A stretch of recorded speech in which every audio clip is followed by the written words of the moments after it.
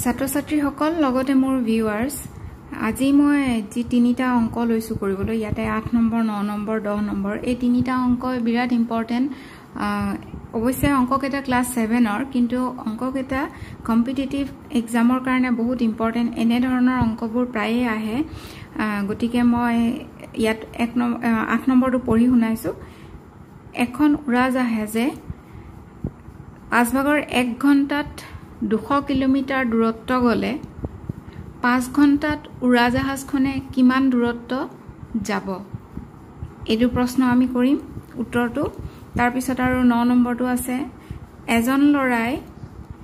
1 সমস্ত 4 ভাগৰ 1 ঘণ্টাত 5 সমস্ত 8 ভাগৰ 1 কিলোমিটাৰ পথ সাইকেল চলাই অতিক্ৰম কৰিব পাৰে যদি লৰাজনে একে গতিত সাইকেলখন চলাই যায় তেনেহলে 1 ঘণ্টাত তেওঁ কিমান দূৰ অতিক্ৰম কৰিব এটো হল 2 নম্বৰ প্ৰশ্ন ইয়াত কিতাপত 9 নম্বৰ বুলি আছে আৰু 10 নম্বৰ প্ৰশ্ন আৰু একেবাৰে শেষৰটো প্ৰশ্নটো হৈছে কি প্ৰশ্নটোৰ 4টাকৈ উত্তৰ দিয়া আছে শুদ্ধ উত্তৰটো বাছনি কৰা ইয়াত দিয়া আছে যদি a + b = 1 আৰু a - b = 2/3 হয় তেন্তে a আৰু b ভগ্নাংশ দুটা হ'ব ইয়াতে 4টা অপচন দিয়া আছে 1 2 3 4 4টা অপচনতে a আৰু b ৰ ভগ্নাংশ কেইটা দিয়া আছে ইয়াৰ পৰা আমি কোনটো উত্তৰ অপচন 1 2 নে 3 নে 4 এই তিনটাৰ ভিতৰ 4টাৰ ভিতৰ কোনটো শুদ্ধ হ'ব হেতু আমি বাছি উলিয়াব লাগে গতিকে এই আটাইকেইটা অংকই বিৰাট ইম্পৰ্টেন্ট মই এতিয়া কৰিবলৈ ওলাইছো তোমালোকে চাই যোৱা প্ৰশ্নটো দিয়া আছিল এখন উৰাজাহাজে 5 ভাগৰ 1 ঘণ্টাত অতিক্ৰম কৰা দূৰত্ব 200 কিলোমিটাৰ বুলি আমাৰ প্ৰশ্নটোত দিয়া আছিল গতিকে আমি যেতিয়া ক্লাছ 7 ৰ ষ্টুডেন্টে অংকটো কৰিব তেতিয়া আমি এনে ধৰণে কৰিব লাগিব কিন্তু যদি কম্পিটিটিভ কোনো এজন এক্সাম ষ্টুডেন্টে মানে এপিয়াৰ কৰিব ওলাইছে এক্সামটো কম্পিটিটিভ এক্সাম তেতিয়া এনে ধৰণৰ ফৰ্মেলিটি নকৰিলেও হ'ব জাস্ট এটা সাইডে 1/5 লিখিব আনটা সাইডে 200 এনেকে লিখিব লাগে সহজতে সোনকালে কৰিব পৰাকে এনেকে লিখিব এটো এই বস্তুটো অকল যি সকলে ইন্টাৰভিউৰ বাবে বহিব তেওঁলোকৰ কাৰণে কৈছো আৰু বাকি ক্লাছ 7 ৰ ষ্টুডেন্ট সকলে এনেদৰে কৰিব তাৰ পিছত আমাক উলিয়াব দিছে এইখিনি আমাক প্ৰশ্ন দিয়া আছিল আৰু আমাক উলিয়াব দিছে যে 5 ঘণ্টাত উৰাজাহাজখনে এইখন উৰাজাহাজে 5 ঘণ্টাত কিমান দূৰ অতিক্ৰম কৰিব তাৰ আগতে আমি 1 ঘণ্টাত উলাই লম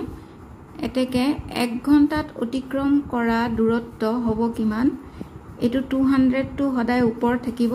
আৰু ইফালে যেটো সংখ্যা ইয়াত পোৱা যায় হেতু ইয়াত তলত হয় তাৰ মানে 1/5 লিখিম এটো তলত এটো আসল হৰণ কিহেৰে হৰণ কৰিছো 200 এইফালে যি সংখ্যা পোৱা যায় ইয়াত যেনিবা 1/5 পাইছো কাৰণে তলত 1/5 লিখিছো ইয়াত যদি 4 ঘণ্টা 4 লিখা থাকিলহেতেন তেতিয়া অকল ইয়াতে 4 লিখিলে হলহেতেন 4 লিখিলে হলহেতেন কিন্তু এতিয়া 1/5 দিয়া আছে কাৰণে তলত আমি 1/5 লিখিলো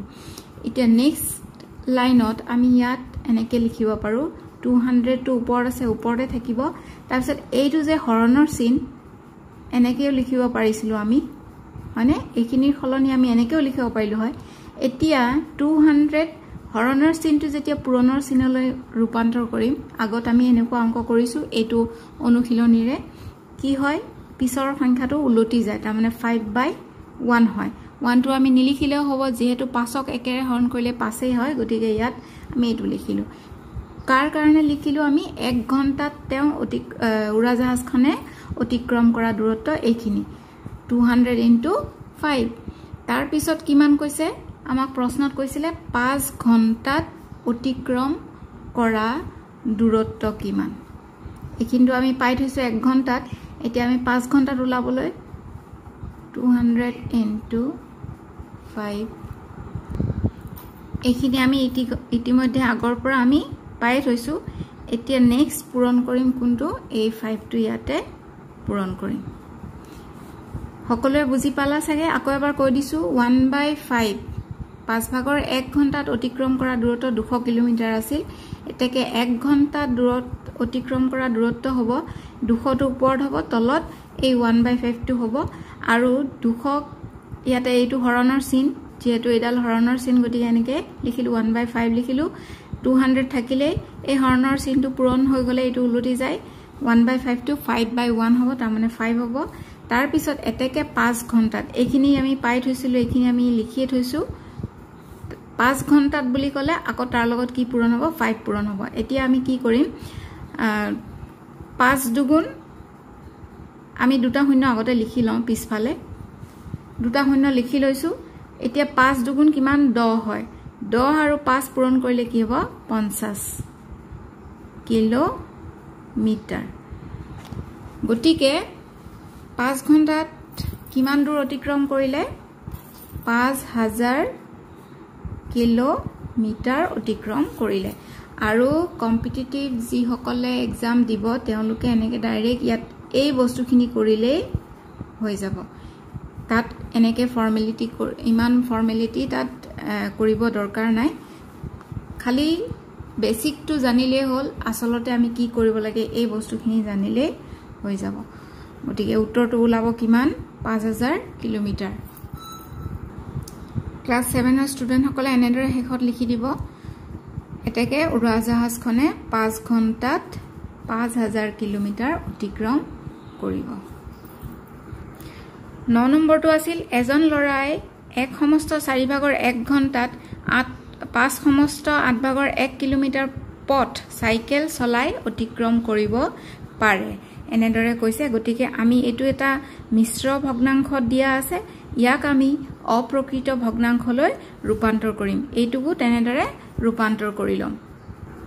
আমি ইয়াত লিখিছো এক সমস্ত 4 ভাগৰ 1 ঘণ্টা = 4 এই 4 ইয়াত লিখিম ইয়াত 1 টো পূৰণ কৰিম 4 ৰ লগত এই 1 টো পূৰণ কৰিম তাৰ পিছত প্লাস চিন দিম এই ওপৰত যেটো সংখ্যা আছে এটো লিখিম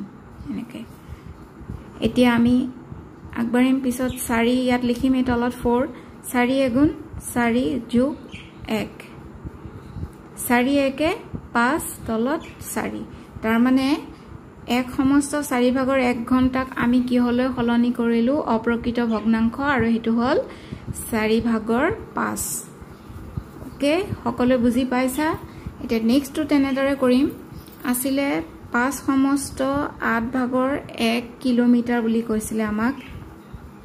এটুকু আমি আগৰ দৰে এটুৰ দৰে কৰিম তলত 8 আছে 8 লিখিম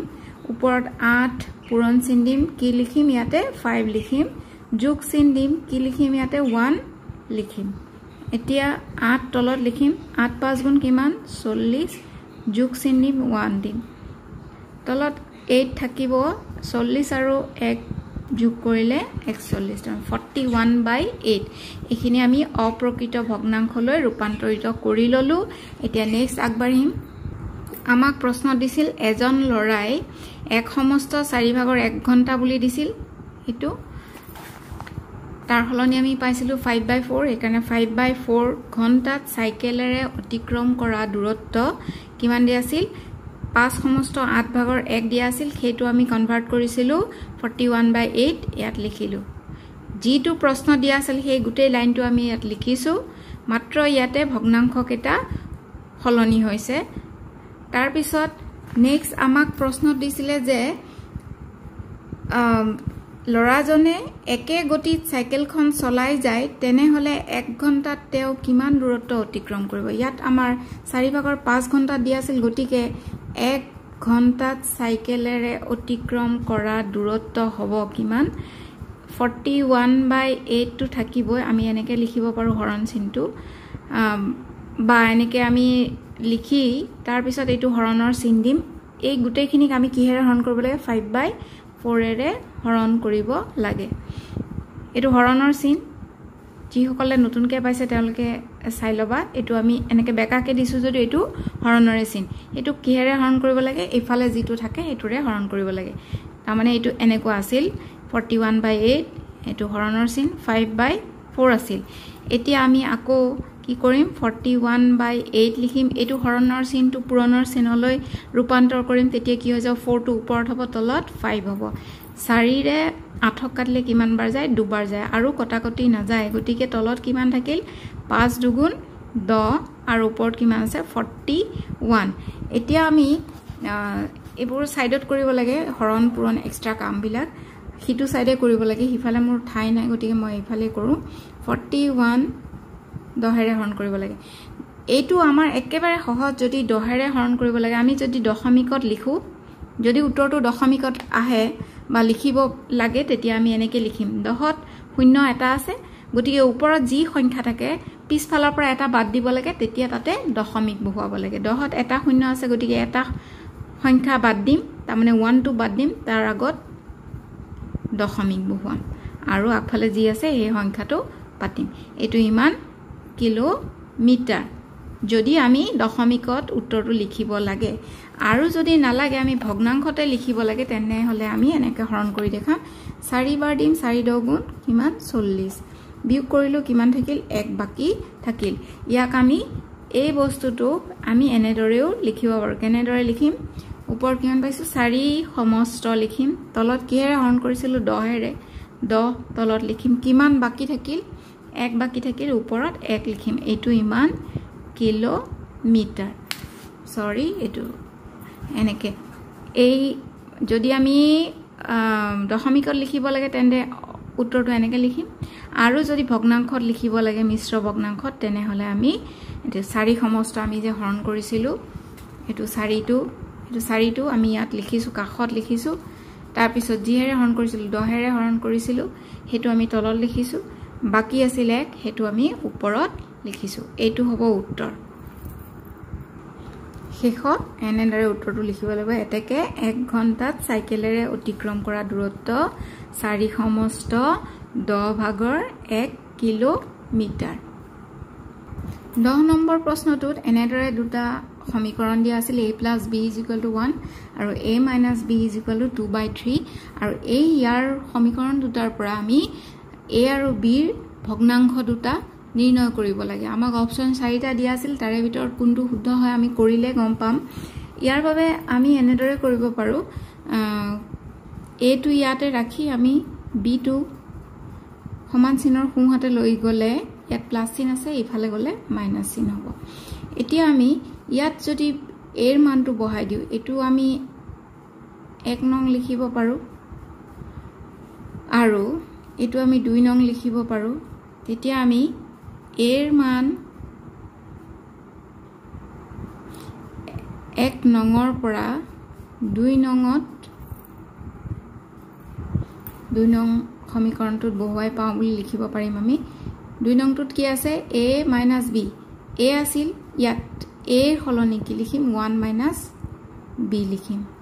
তাৰ পিছত কি আছে - b আছে = 2/3 আছে এতিয়া আমি কি কৰিম এটা b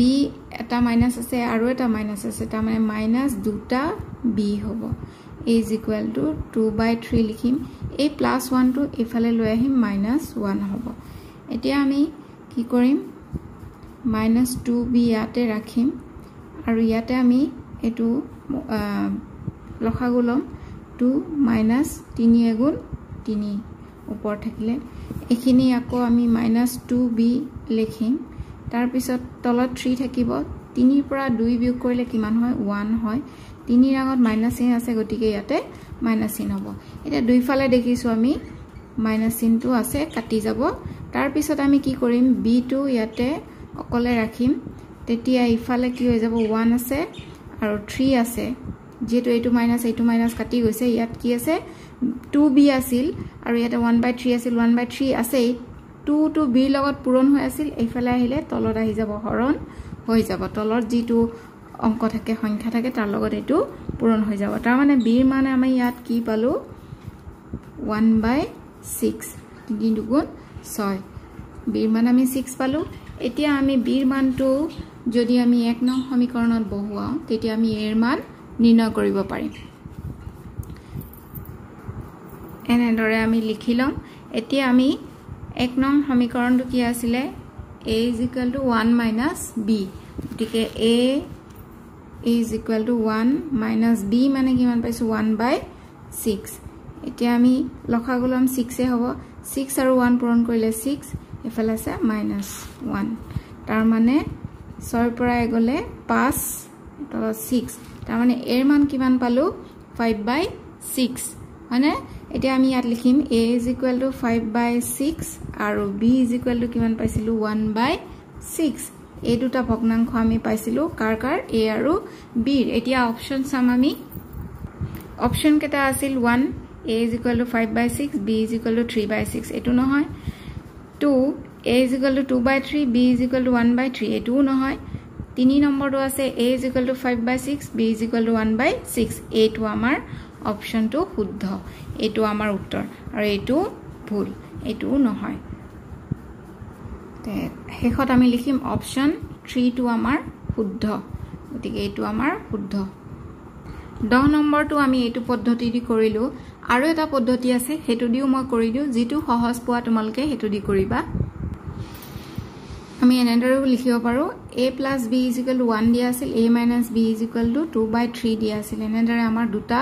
সমীকৰণ দিয়া আছিল এতিয়া আমি যদি এটো দুটা যোগ কৰি দিও মানে এটো 1 নম্বৰ সমীকৰণ এটো 2 নম্বৰ সমীকৰণ এই দুটা যদি 1 + 2 এনেকে লিখো কি হৈ যাব ইয়াত এটা a আছে প্লাস ইয়াত এটা a আছে প্লাস কেটা a হ'ব দুটা a হ'ব ইয়াত +b - b যোগ কৰিলেও কি হৈ যাব এটো মাইনাসে থাকিব গতিকে এটোৰ পৰা এটো কাটি যাব ইয়াত কি থাকিব +0 = আমি যেহেতু যোগ কৰিছিলো গতিকে কি হ'ব 1 + 2/3 এনেদৰে আমি লিখিব পাৰো তেতিয়া কি হ'ব ইফালে অকল 2a থাকিল এফালে থাকিল 3 কমন আমি লখাগুলম একে আগৰ দৰে 3 * 3 ইয়াত 2 তাৰ পিছত 2a থাকিলে 3 2 5 তলত 3 আৰু এতিয়া আমি কি লিখিম a = কি লিখিলো 5 টো ওপৰত আছে 3 তলত আছে এই লগত যেটো পূৰণ হৈ আছিল ইফালে আহিলে হৰণ হৈ যাব তলত আহিব তাৰ মানে a ৰ মান কি পালো 5/6 পালো মানে আগৰ দলে একে মিলি গৈছে আকৌ নেক্সট একেদৰে এবাৰ যদি আমি এটো 1 নম্বৰ সমীকৰণটোৰ পৰা 2 নম্বৰটো বিয়োগ কৰো তেতিয়া কি হ'ব 1 সমীকৰণ বিয়োগ 2 তেতিয়া কি হ'ব a ৰ পৰা a টো বিয়োগ কৰিলে এটো প্লাস আছে এটো কি হৈ যাব মাইনাস হৈ যাব এটো মাইনাসটো প্লাস হৈ যাব উলটি যাব তাৰ মানে যদি আমি বিয়োগ কৰো তেতিয়া কি হৈ যাব a ৰ পৰা a টো বিয়োগ কৰিলে শূন্য হৈ যায় ইয়াতে +b আকৌ এটো +b কেটা b দুটা b = 1 ইয়াত কি কৈছে মাইনাস গতিকে মাইনাস চিন দিম 2/3 দিম তাৰ পিছত 2b লিখিলো 3 আহিব তলত লখাগুললে 3 * 3 ওপৰত -2 হ'ল তাৰ পিছত b টো অকলখৰিয়া কৰিলো b লগত 2 পূৰণ হৈছিল ইয়াত আহিব ইয়াত তলত 3 আছে 3 পৰা 2 বিয়োগ কৰিলে কিমান 1 এতিয়া আমাৰ b ৰ মান কিমান পালো ওপৰত 1 তলত 3 2 6 এনেদৰে আমি b ৰ মান পালো 1/6 আৰু a ৰ মান পাইছিলো 5/6 আগৰ দৰে একে অপচন কেটা উলাল অপচন 3 আমাৰ শুদ্ধ হ'ব গতিকে যেটো তোমালকৰ প্ৰথম যদি পদ্ধতিটো শুদ্ধ সহজ লাগে তেতিয়া হেতু দি কৰিবা নাইবা এটো যদি বেছি সহজ লাগিছে তেন্তে সহজ যেন পাইছা তেন্তে এটো দি তোমালকে অংকটো কৰিবা তেতিয়া হলে আজিলৈ এৰিছো ধন্যবাদ